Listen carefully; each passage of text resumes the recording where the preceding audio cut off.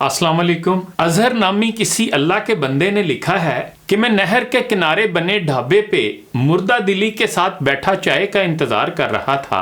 दिल अजीब बोझल सा था और चेहरे पे 12 बज रहे थे। गांव के एक बाबा जी मेरे पास आके बैठ जाते हैं और कहते हैं, अजहर पुत्र खैर है, बड़ा परेशान लग रहा है। मैं कमजोर सी आवाज में कहता हूँ कि बस बाबा जी क्या बताऊं, घर से लड़ कर आया हूँ। मेरी बीवी को पता नहीं क्यों मेरी बातें समझ ही नहीं आती। सही कहते हैं औरत की अक्ल उसके घुटनों में होती है। बाबा जी मुस्कुराए और बोले, जा वे चलिया, तेरा भी कोई हाल नहीं। पर पुत्र ये जिसने मिसाल बनाई है ना कि औरत की अक्ल घुटनों में होती है, मेरे ख्याल में उसने ठीक नहीं कहा। मैंने कहा, ना बाबा जी ना, आप नहीं जानते इन औरतों को। बाबा जी बोले, नहीं अजहर पुत्र, तू नहीं जानता असल में औरत को, औरत की शान को। ये तो वो है जिसके साथ रब अपनी मोहब्बत को मिला रहा है। इतने में लड़का चाय लेकर आ जाता है और मैं चाय की चुस्की लेकर फिर बाबा जी की तरफ मुतवज्जो हो जाता हूँ। बाबा जी अपनी चाय पिर्च में डालकर ठंडी करने लग जाते हैं। बाबा जी पिर्च से ही चाय की चुस्की लगा के कहते हैं कि वाह मज़ा आ गया चाय का। चाय की तारीफ करने के बाद बाबा जी कहते हैं कि सुन पुत्र, रब वो ज़ात है जिसे किसी भी चीज़ की कमी नहीं है।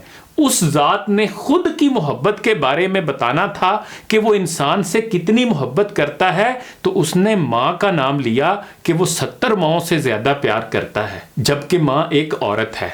बेटी को अल्लाह ने अपनी रहमत करार दे दिया, जबकि बेटी भी एक औरत है। पुत्र मेरा मानना ये है कि हम मर्द औरत का मुकाबला कर ही नहीं सकते। कहाँ औरत आला ज़र्फ और फराग दिल की मालिक, और कहाँ हम कम ज़र्फ और तंग दिल मर्द। अजहर कहता है कि मुझे बाबा जी की बातें लुभाने लग गई थीं। बाबा जी बोले कि औरत ही वो हस्ती है जिसके कदमों तले जन्नत रख दी गई। बस इसी बात से ही तू औरत की शान का अंदाज़ा लगा ले। जब वो आज से होती है तो अपनी पसंद की सब चीज़ें छोड़ देती है अपनी औलाद के लिए। जब औलाद जन्म देती है तो जिंदगी और मौत की कश्मकश में होती है। पता ही नहीं होता कि जिएगी या मर जाएगी। पता है पुत्र, 22 हड्डियां बैक वक्त टूटने के जितना दर्द सहती है एक बच्चे को जन्म देते वक्त, इतना दर्द कभी महसूस भी किया है तुमने? मैं बाबा जी की बातों से लाजवाब होता जा रहा था और आज औरत के असल मुकाम का पता चल रहा था मुझे। बाबा जी बोले, अभी आगे सुन पुत्र, और कलेजे पे हाथ रख के सुनी जरा, कहीं कलेजा फट ही ना जाए तेरा ये कड़वा सच सुन के। पता है औरत की सबसे बड़ी खूबी क्या है? वो बात बात पे मर्द की तरह मर्दानगी नहीं दिखाती। वो मर्द पे थप्पड़ों की बारिश नहीं करती। वो मर्द को उसकी औलाद के सामने गंदी गालियां नहीं देती। वो गैरत के नाम पे मर्दों के कत्ल नहीं करती। वो भूखे भेड़िए की तरह किसी पे झपट के उसका रेप नहीं करती। वो मर्द को गुस्से में तलाक नहीं देती। वो गलियों बाजारों में मर्द पे आवाजें नहीं कसती। बाबा जी की बातें सुन के मैं शर्मिंदा होने लग गया और आंखें झुक गई मेरी। पसीने की बूंदें मेरे माथे पे नमूदार होना शुरू हो गईं। बाबा जी ने शायद मेरी शर्मिंदगी महसूस कर ली थी, इसीलिए वो थोड़ी देर के लिए चुप हो गए।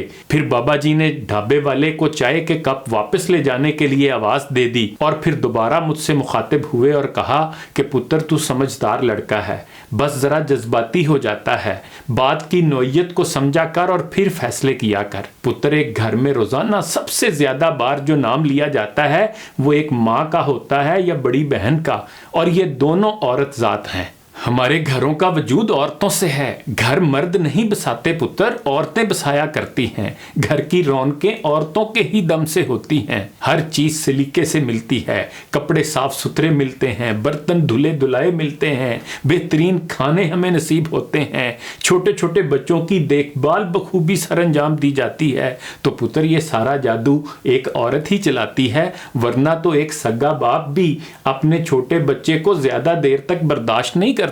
बच्चा ज्यादा रोए तो शोहर अपनी बीवी से कह देता है कि इसे कमरे से बाहर ले जाओ, मेरी नींद में खलल पड़ रहा है। पुत्र, औरत बहुत ही प्यारी चीज है। ये मर्द के किरदार पे उंगलियां नहीं उठाती।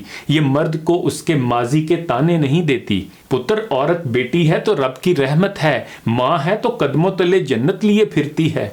बाबा जी की बातें सुन के पता चल रहा था कि औरत दुनिया की कितनी अनमोल दौलत है।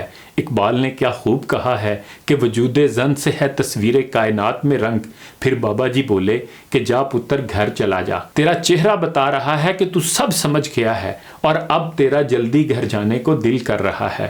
میں بابا جی کے قدموں میں بیٹھ گیا اور بابا جی کے ہاتھ چوم کے بولا کہ شکریہ بابا جی، آپ نے میری غلطی کو دیکھ کے کوئی سزا نہیں سنائی بلکہ میری غلطی کو سدھارا اور احساس دلایا کہ میں غلط ہوں. مجھے سب خواتین کی عزت کرنی چاہیے. بابا جی مسکرائے اور میرے سر پہ ہاتھ پھیر کے بولے جیتا رہ پتر اور اب گھر جا، گھر والے تیرا انتظار کر رہے ہوں گے. آخر پہ اظہر لکھتا ہے کہ واپس گھر جاتے ہوئے میرے قدموں میں اعتماد تھا اور دل میں اطمینان اور سکون اور خواتین کے لیے محبت و عزت کے جذبات و احساسات. رضیہ فصیح احمد کے اس شعر کے ساتھ اجازت چاہوں گا. جس کو تم کہتے ہو خوش بخت، صدا ہے مظلوم، جینا ہر دور میں عورت کا خطا ہے لوگو.